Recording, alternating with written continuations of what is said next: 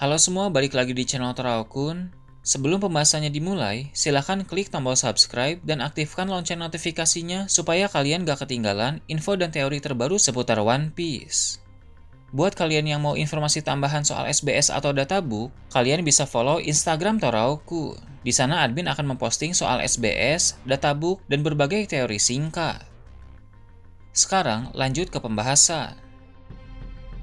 Beberapa waktu yang lalu saat Arc Egghead masih berjalan, telah dikonfirmasi melalui kisah kilas balik Kuma bahwa Dragon dulunya adalah seorang marinir. Kisah itu bertepatan juga dengan insiden God Valley yang sedang terjadi. Namun, pada chapter tersebut, masa lalu Dragon tidak terlalu disorot, karena lebih berfokus pada insiden God Valley dan juga masa lalu Kuma. Nah, berhubung saat ini Arc Egghead telah selesai, maka masa lalu Dragon itu mulai semakin dieksplorasi. Selagi Luffy dan kawan-kawan berlayar menuju Elbaf, cerita beralih memperlihatkan markas pasukan revolusi. Di saat Dragon melihat berita soal Garp menghilang di Pulau Hachinosu, dia pun mengingat masa lalu saat masih di Angkatan Laut. Dragon merupakan salah satu marinir terbaik. Biasanya, marinir hebat memiliki reputasi mereka sendiri. Beberapa di antaranya ada Garp yang dikenal sebagai pahlawan Angkatan Laut. Julukan itu memang pertama kali dia peroleh dari insiden God Valley. Namun selain dalam insiden God Valley, Garp memang seorang marinir dengan beragam kisah kepahlawanan dan banyak prestasi. Lalu ada pula Sengoku yang dikenal sebagai sosok yang bijaksana. Sengoku biasanya akan mengamati keadaan dengan tenang dan berpikir cara terbaik sebelum bertindak. Kemudian ada pula Akainu yang dikenal disiplin dan tanpa ampun kepada para penjahat. Dalam bertugas, Akainu akan melakukan apa saja untuk menumpas orang-orang yang dia rasa perlu untuk dihabisi.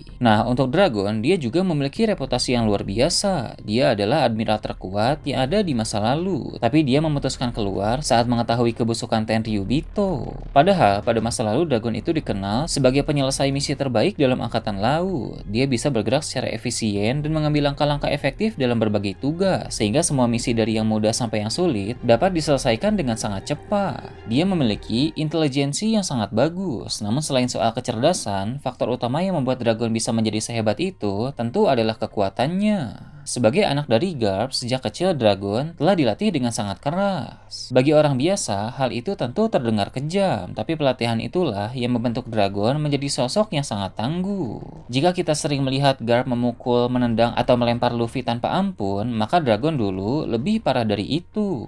Garp merasa wajib melatih Dragon untuk menjadi marinir terbaik. Dalam pelatihan itu, Garp telah mengajarkan berbagai macam hal kepada Dragon, termasuk jurus-jurus tertentu. Seperti yang kita tahu, salah satu jurus terkuat Garp adalah tinju bernama Galaxy Impact yang pernah dia pakai di Pulau Hachinosu. Usai melancarkan serangan itu, Garp berkata bahwa kekuatannya kini sudah melemah akibat usia. Dengan kata lain, Galaxy Impact ketika Garp masih muda jauh lebih kuat dari yang kita lihat di Pulau Hachinosu. Nah, jurus itulah yang Garp ajarkan kepada Dragon pada masa lalu. Namun Dragon sepertinya merasa kurang nyaman dengan gaya bertarung Garp, sehingga dia pun menciptakan gaya bertarungnya sendiri. Maka, jurus Galaxy Impact yang diajarkan oleh Garp kepada Dragon itu sedikit dirubah oleh Dragon, sehingga menjadi jurus yang lebih sesuai dengan gaya bertarung Dragon. Tapi, daya hancur dan kekuatan serangan dari jurus Dragon itu tetap setara dengan Galaxy Impact. Jurus inilah yang dulu berkali-kali Dragon gunakan saat melawan musuh kuat dalam tugasnya di Angkatan Laut.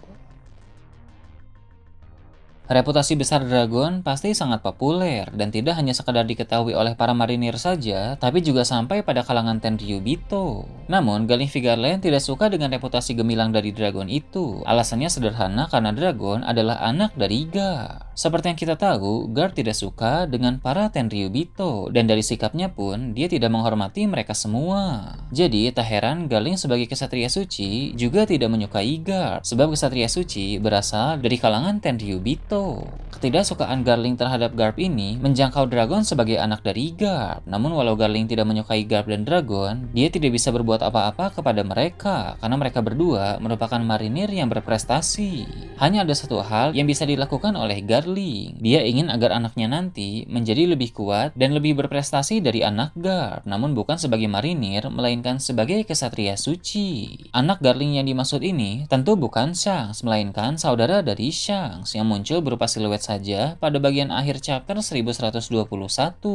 Maka orang-orang pun mulai mengenal Dragon sebagai marinir muda terbaik dan anak Garling sebagai kesatria suci muda terbaik. Sampai pada akhirnya, Dragon yang tidak lagi bisa menemukan keadilan di dalam Angkatan Laut memutuskan untuk keluar. Tak lama kemudian, dia pun menjadi revolusioner yang sangat terkenal. Mengetahui apa yang telah Dragon lakukan, membuat Garling berkeinginan bahwa suatu saat nanti, Dragon yang telah menjadi penjahat itu harus mati entah di tangan anaknya atau di tangannya sendiri. Dragon pun diberi bounty yang sangat tinggi karena dianggap pengkhianat dan ancaman besar bagi pemerintah dunia dan angkatan laut. Dulu, Brand New pernah berkata bahwa Goldie Roger adalah bajak laut dengan bounty yang paling tinggi. Namun, itu hanya mencakup para bajak laut saja, sedangkan Dragon bukan bajak laut, melainkan seorang revolusioner. Jadi, pada dasarnya, bounty tertinggi dipegang oleh Dragon, namun bukan sebagai bajak laut, melainkan sebagai penjahat yang paling berbahaya. Kini, takdir pun mulai menghubungkan Dragon dengan Garling kembali. Kesatria suci harus melawan pasukan revolusi atas apa yang telah dilakukan oleh pasukan revolusi belakangan ini. Dragon pun memang menaruh perhatian khusus terhadap mereka, sebab Dragon pernah berkata bahwa pertempuran yang sesungguhnya baru akan dimulai ketika para kesatria suci mulai bergerak. Dragon yang melihat kabar bahwa Garp menghilang di Pulau Hachinosu tampak cukup tenang karena di sana ada Kuza. Dragon tahu bahwa Kuzan tidak benar-benar berpihak kepada bajak laut Kurohige, melainkan dia hanya berpura-pura sekaligus memantau pergerakan Kurohige dari dalam. Jadi, Kuzan akan membebaskan Garp apapun yang terjadi.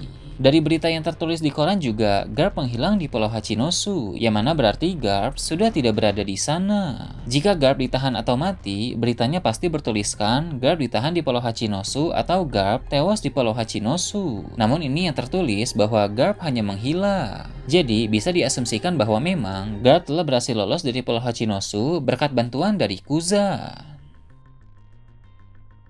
Karena tidak ada yang perlu dikhawatirkan lagi soal nasib Garp, maka Dragon pun bisa fokus menghadapi kesatria suci. Momen di mana Dragon bentrok dengan Garling dan anaknya pun sudah semakin dekat. Tentu Dragon tidak akan melawan mereka berdua sendirian. Jika Garling memiliki seorang anak yang telah dia latih, maka Dragon pun punya seorang murid yang sudah dia latih, yaitu tentu adalah Sabo. Dengan begitu, pada puncak pertempuran antara pasukan revolusi melawan kesatria suci, kita akan melihat Dragon dan Sabo melawan Garling dan anaknya. Namun, sebelum pertarungan puncak ini terjadi, ada satu hal yang harus dikuasai oleh Sabo terlebih dahulu. Hal itu tentu adalah awakening dari buah iblis merah-merah Nomi. Sang kesatria suci yang merupakan anak dari Garling itu pasti memiliki kekuatan yang sangat luar biasa, sehingga untuk menghadapinya, Sabo pun benar-benar harus siap. Salah satu hal yang perlu disiapkan adalah awakening kekuatan merah-merah Nomi untuk membuat Sabo menjadi semakin kuat. Dragon juga merupakan pengguna buah iblis yang telah mencapai tahap awakening. Selain hebat dalam haki dan kekuatan fisik, Dragon pun mengonsumsi buah iblis kuat dan sangat ahli dalam menggunakannya.